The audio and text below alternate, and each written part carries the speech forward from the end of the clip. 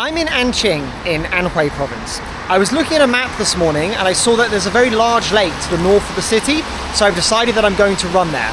I think it should be about a 20-kilometer round trip. I've never been to this lake before, I've got no idea what the route's going to be like. There's only one way to find out, I suppose. Let's go. For as long as I can remember, I've always liked maps. I've used maps as decoration in every home that I've lived in. In fact, as I sit writing this, there's a huge map of Derbyshire, the county where I live, hanging on the wall behind me. I'm also quite good at reading maps. I think this is because, in my late teens, I used to travel all over the UK with my dad to attend martial arts competitions and events. The map says that I'm currently taking the quickest route, but I don't think it's the most interesting, so I think what I'm going to do is try to cut into one of the side streets and see if there's anything a little bit more exciting to film. As my dad was driving, I was responsible for navigation. This was before Google Maps was invented, and so I'd sit with a big road atlas open on my lap, figuring out where we were and directing my dad where to go. My enjoyment of looking at maps, combined with my ability to read them, means that planning running routes is not only quite easy for me, but also very enjoyable. Well, I've had to come back to the main road because, at least as far as I can tell, there are no side streets that will get me to the place where I need to be. But it's not all bad because the sky is starting to clear and you can see I've got a great view of the mountains in the background. When I want to plan a running route, the first thing I do is open Google Maps or Baidu Maps. I go to the area where I'm planning to start my run. Then I look around for something that seems interesting. Usually, what looks interesting will be things like a large body of water, a mountain peak, or a wood. What appears interesting to me changes depending on where I am and how I'm feeling. For example, when I used to plan cycling routes in Fuzhou, I really liked finding places I could stop to swim and cool off. So bodies of water were usually the things I looked for. Now, living in Derbyshire, which is much colder than Fuzhou, I'm usually looking for mountain peaks or wooded areas.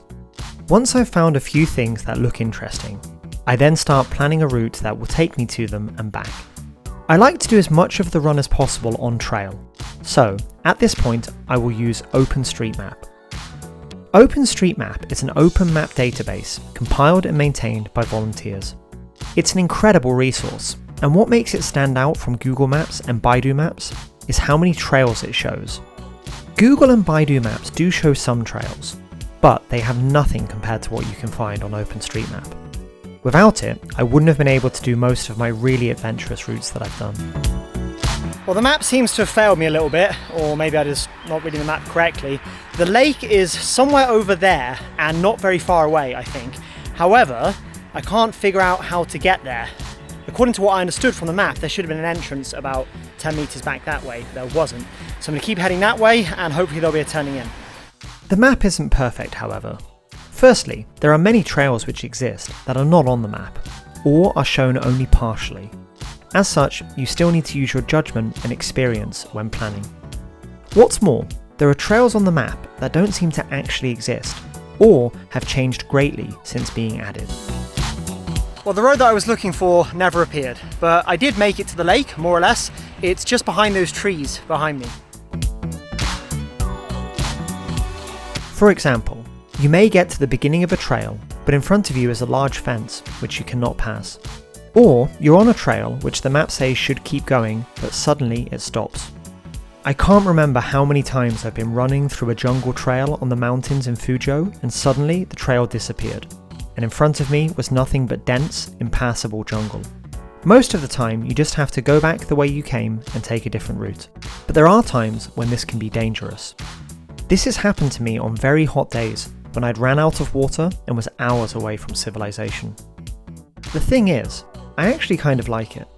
Don't get me wrong, I absolutely do not like being lost or running out of water. It's really frustrating and can even be scary. But I do like the fact that there is some risk. I don't do trail running to enter races or just to get fit. The main reason I do it is for a sense of adventure. But there can't be real adventure unless there's some risk. And so, whilst I definitely do not want to get lost, I do want to know that there is a risk that I might get lost. That way, I'm not only going on a run, I'm going on an adventure. If you want to see more videos about running in interesting places in China, the UK and elsewhere, then subscribe to the channel. If you've already done that, thank you. Why not consider sharing this video with someone else that you think would enjoy it? I'm back in the city. In the end, the route was about 22.5 kilometers long. It's a little bit disappointing that I wasn't able to get right down to the lakeshore, but that's the kind of thing that happens on these exploring runs sometimes. Nevertheless, I got to see some really amazing views and I really enjoyed the run. I hope you enjoyed it too. 下次再见。